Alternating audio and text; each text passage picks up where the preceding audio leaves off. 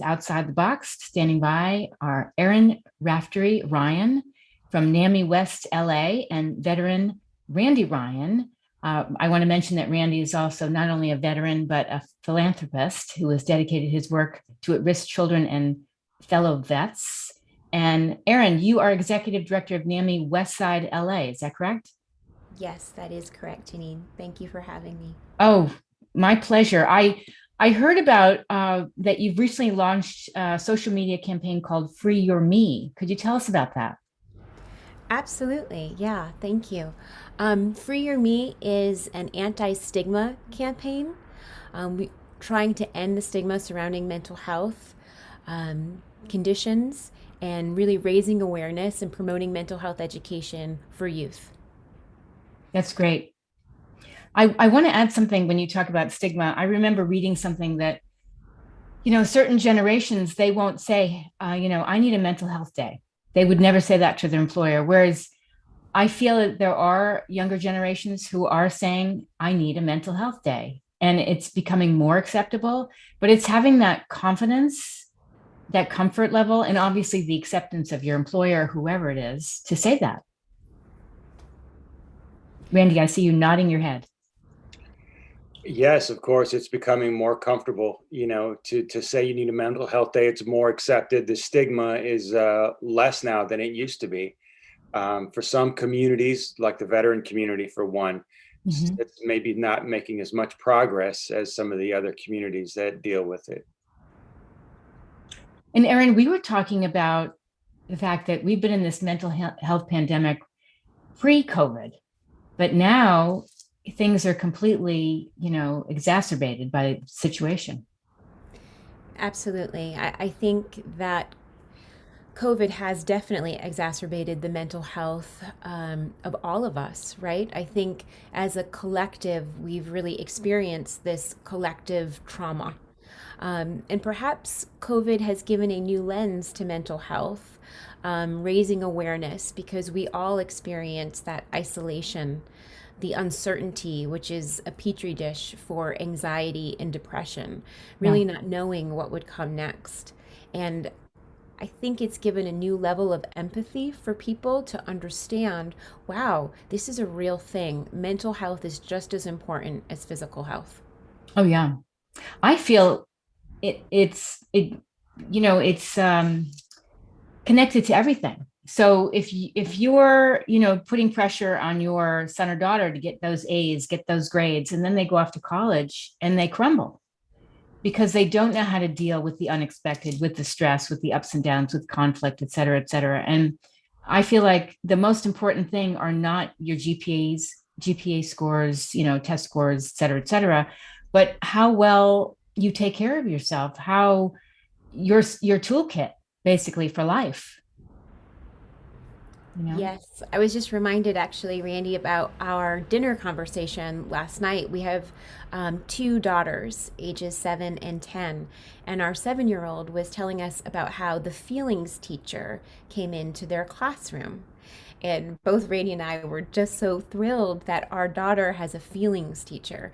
And of course, it's their guidance counselor, but how great to call and, language matters. Yes. So to have something as a title like a feelings teacher to say it's okay to have anger or sadness and this is how you deal with it. And I think it brings it back to your point earlier how the conversation is shifting for this new generation to make it more acceptable to really talk about your feelings. And it's okay to not be okay. Yeah, exactly. Now, Randy, you're a veteran. Tell me about your work and how you got to where you are right now.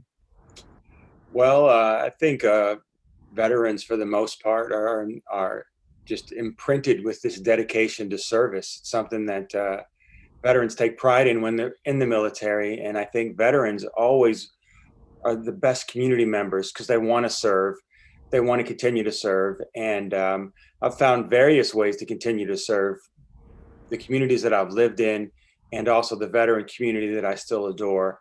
And Right. I started managing an inner city garden program that helped kids learn about nutrition, but it ended up being more about just kids interacting with each other in a way that was so different from school. It was real-time learning, and so many other great things came out of a garden program. And then got involved with veterans to help build the garden programs, and got a lot of celebrities involved. And a lot of times the children wanted to meet the veterans instead of the celebrities, and just goes to Wow. show how well respected veterans are in society right now, which is great because Yes. a lot of veterans don't know that, and they need to learn that. And so I've worked with veterans also in an area of need, which is agriculture. There's a lot of agriculture, there's a lot of opportunities there. And a lot of veterans have the qualifications to meet those needs. So I try to combine those two things together, and just working in the mental health space because of the great work of my wife. So I get involved in that, and we're both dedicated to self-improvement. So just something we've had in common since the day we met is self-improvement, living a better life, always doing better. And so it's allowed me to do all these great things, and I continue to grow and be flexible and try to continue to serve. That's great. One thing that stands out for me, for both of you, is you have found tremendous meaning and purpose in your life. Mm. And when you talk about this connection between the students and the veterans, I'm thinking to myself, this is so in line with my care initiative because it's the power of connection. You know, I feel, and I've read a lot of this, that we live in a time when we're so connected to our cell phones, and it's kind of this me, and then comparing ourselves to other people. And we're spending all this time with our technology, but we forgot about the power of connection. And then we land in a pandemic. So we're masked up, we're isolated, we're not connected anymore. So what you're doing with the gardening, it's so many things. It's intergenerational connection. That's a wonderful thing. It's mental health. It's being outside. It's mindfulness. It's wonderful. Yeah, we skipped a generation, it seems like, because sometimes I ask the kids if they've ever gardened or if they have a garden, and they say no. And I said, do your parents have a garden? Do they garden? Maybe a few hands go up. And Mhm. then I say, does anyone here have a grandparent who gardens? And most of the hands go up. Yeah. So somehow we've missed that connection to the earth, and that connectedness that growing food brings to kids and brings to families. And I love seeing that. It never fails that all the grandparents, at some point that generation, they gardened and they worked together. They probably ate together and did a lot more Mhm. things together. Kids today spend so much time in front of a screen. Right. Even before the pandemic, it's just a result of technology. Children are interacting with screens, and they have less need to interact with human beings to get things done, even ordering on Amazon instead of going to a store. That Right. I feel it's a real need for the health of our mental well-being, to interact with people as much as we can. I mean, people, you can be going through a really tough day. Let's say a student is going through a really tough day, and then you put them in a situation where the next thing you know, they're outside, they're in the dirt, they're growing something, they're meeting somebody new. It's so uplifting. Yeah, my daughter yesterday wanted to connect with a friend, but they were so awkward. And as soon as they got home, they Zoomed each other. I mean, so it's so odd that they're uncomfortable in person on the playground after school. They were like talking and they wanted to catch up, and they said, let's just wait till we get home and let's Zoom. That's Yeah, funny. it's hilarious. Yeah, it's something to deal with. It's inevitable. It's technology. It's Right. something that we can't reject. We have to embrace, but we also have to find a way to also embrace the sun, embrace exercise, embrace getting outside, and embrace that human connectedness that's so important. I agree. So Erin, tell me about this. We're going to go back to that initiative and what's going on with Westside LA, and NAMI. Sure. So NAMI is the National Excuse Alliance me, on NAMI. I keep Yeah, mispronouncing potato, NAMI. potato. But yeah, NAMI, the National Alliance on Mental Illness, and we're the Westside affiliate of Los Angeles. So it's the largest grassroots organization that our nation has, dedicated to improving the lives of people living with mental health conditions and their loved ones. So really everyone, right? Because 1 in 4 people lives with a mental health condition. So either you or someone you know or love is living with a mental health condition. And you might not know it because a lot of times people don't talk about it. Sure. But this is the work that we're doing to really reduce the stigma that's surrounding mental health, creating a space where people can get educated and really provide support for those people who need it. And when you were saying about our kids, just being on screens, they were being homeschooled for a year Yeah. or a year and a half, and they're digital natives now. And some of them, it's sometimes easier for them to communicate via Zoom. We have a great program called Ending the Silence, and it's when we go into schools and we provide a mental health kind of a 101, really identifying the warning signs of a mental health condition, letting people know that it's okay to talk about it. A mental health condition is a physical condition, just like diabetes or a heart condition. Mhm. So, and explaining that language matters, maybe using the word condition versus illness, because there's Yeah. some negative connotations with that, right? Sure. Or you would say she lives with depression or anxiety, because you don't say, like she has or she is cancer, that Right. it's very, it doesn't, that diagnosis doesn't define It who you doesn't label are, you. Yeah. right? It's something that you live with and that you Hmm. manage. And one of the great things about this program is that we're not medical experts, that we come with lived experience. So you're really sharing a story. The power of story, I think, is so It's important. tremendous. Yeah. And we have youth ambassadors, youth presenters that come into the schools. And we have a very diversified roster of young students, usually right out of high school or in college. So this high school students or middle school students can really identify with them, saying like, wow, they were just in my seat not too long ago and they live with depression and, they're a junior at Boston College or Right. whatever that may be for them. It's really a road to recovery, and it shows a lot of hope. And it also says, these kids are sharing their journey and letting other kids know that it's okay to talk about it. Yes.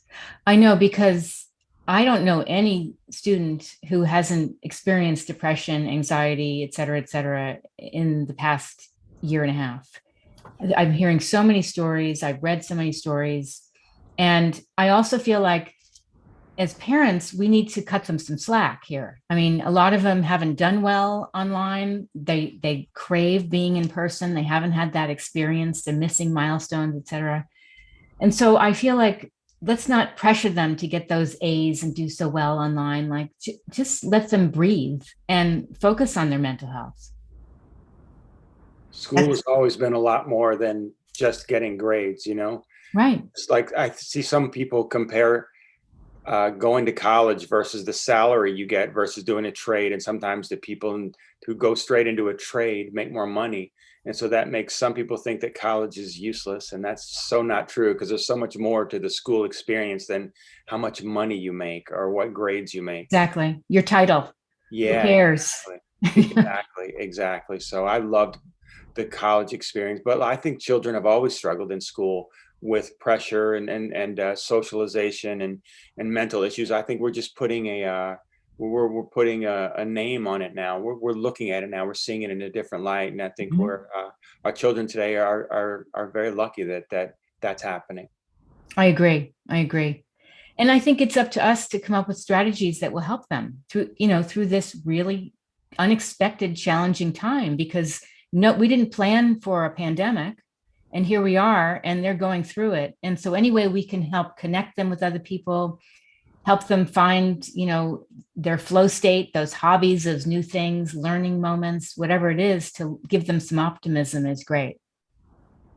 Well, I always tell my kids that, that I will never regret the year home spent with them in school. So to kind of put a positive spin on it, obviously going through this year and a half, 2 years of their life with a mask on will not be a great memory. But to say, I've invested in you in this year and to spend all this time with our family to see how you learn and get to know how you interact on screen. And it's true. I will never, forget that and never take that for granted. In a positive spin on all of this, it was great to spend all that time with my kids. But I'm glad they're back in school now. Let me tell you. But Yeah. I will never regret that time spent with them, and I think they know that. Yeah. Do you think that it's made people more compassionate, more empathetic, hopefully, in some ways, to other people? Well, it's my belief that all people are good essentially in their core. So Mhm. there are factors that make people, environment, whatever, maybe some mental things that get in the way. But it's my belief that at the core, all human beings are empathetic and caring. And then other things get in the way, and it's those other things we have to look at, like the environment, and sometimes with health and diet, and extenuating circumstances. But just the way I Yeah. go through life, That's great. I believe we're all good. I mean, just look at the traffic systems in this country.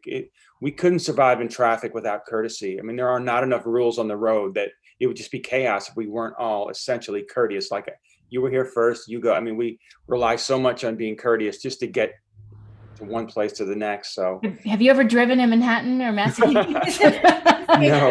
no. I also lived on the Upper East Side like you, but Oh, okay. of course I didn't drive in Manhattan. I'm I not didn't that drive. great. No, I can't. That's a bad word. See, there we The go. rules of the road were different. It was like sidewalk etiquette versus road etiquette when you live in Manhattan.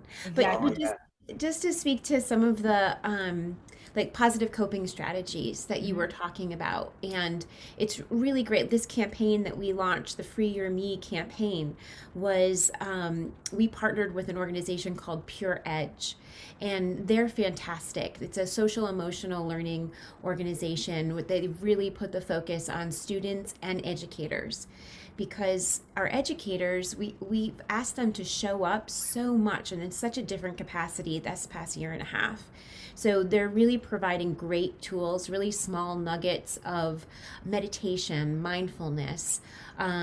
I do them at my home office. It's just Great. simple. Like, they do this one thing called chair eagle, and it's like just a 30-second meditation and stretch, Mhm. or starfish breathing, which is something really simple for any age. Our youngest daughter does it all the time when she gets a little upset or something, good. and it's just a breathing technique. Just inhale, exhale for the count of 5, and you use your hand like a starfish, and it's Mhm. that kind of connection to nature, that visualization. But they're a really wonderful organization that focuses on the educator and providing and giving them those tools to prevent burnout. Because Yeah. if our students or our parents, if we're burnt out, our kids are going to be burnt out. So it's very Right. cyclical. But they've been great, and all our ambassadors too for the Free Your Me campaign. It was, I don't know if you had an opportunity to look at the photographs, but they're really beautiful. There were 100+ ambassadors, athletes, actors, advocates, really Incredible. just professionals in their field, and they were captured in a very innovative, creative way, like in a scream, in this Mhm. black and white scream, this release. So it's a very vulnerable image for everyone, and it was accompanied by their personal journey, their personal mental health journey. Jane Seymour talked about her struggle with PTSD. Derek Huff talked about his challenges with anxiety and depression. So it was really setting the stage again for that storytelling, being vulnerable, and that lived experience, and letting other people know it's okay. It's okay to talk about this and get the help Yes. that you need. Yes.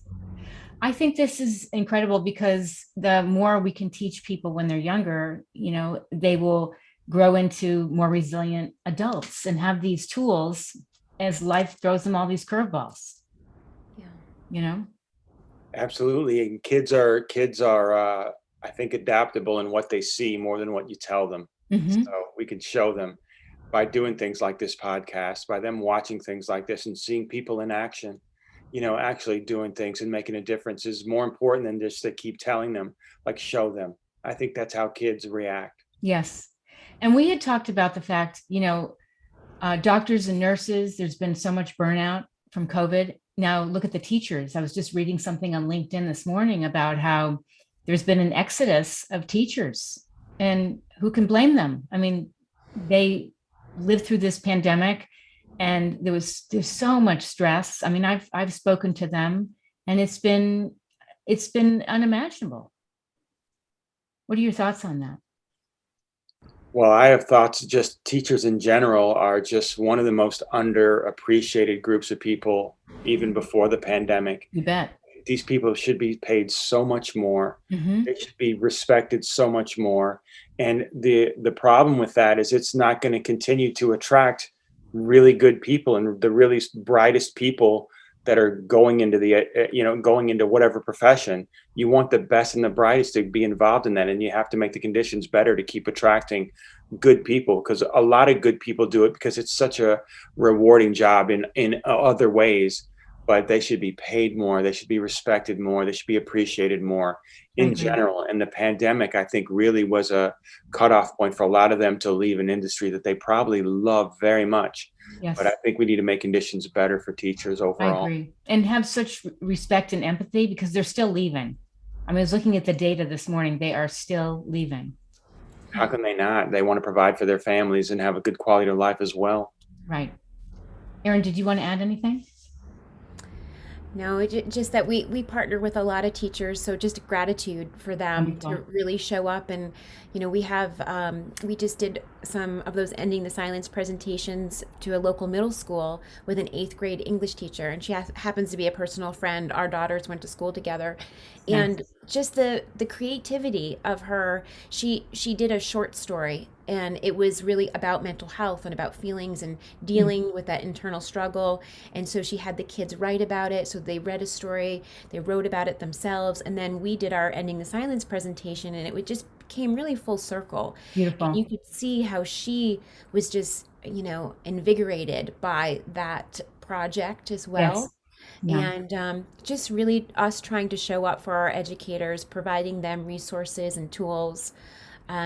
With the campaign, we supported a local senator, Anthony Portantino, and NAMI California co-sponsored a bill called SB 224. Okay. And the governor passed it, which was great, in conjunction with the campaign launch. And Great. it was mandating mental health education for kindergarten through 12th grade in the state of California. That's So at great. least at one point in their educational experience on an annual basis, they have to get some kind of mental health education.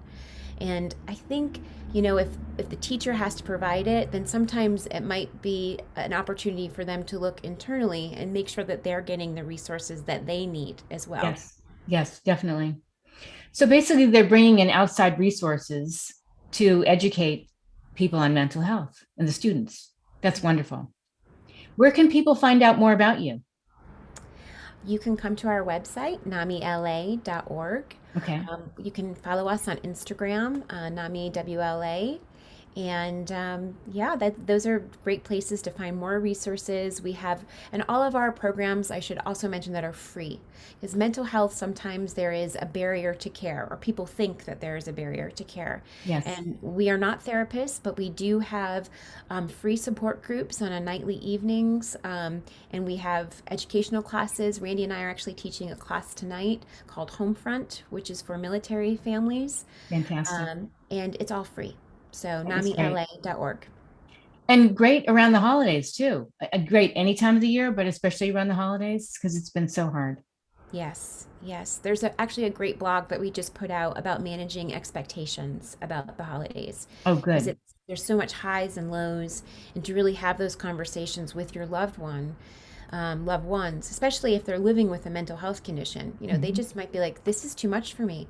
And Yes. so if you have that conversation ahead of time and they say, you know what, I can't sit down at the dining room table and Right. enjoy a meal. And Right. it's not because I don't love you, it's just because I can't do that because it's not good for me, for my mental Sure. health. So Yeah. really talking about boundaries and making sure, everyone is okay for themselves and being respectful to their loved ones. Absolutely. I want to thank both of you so much. I've really enjoyed this. I love all the amazing work you're doing. So meaningful. Thank you.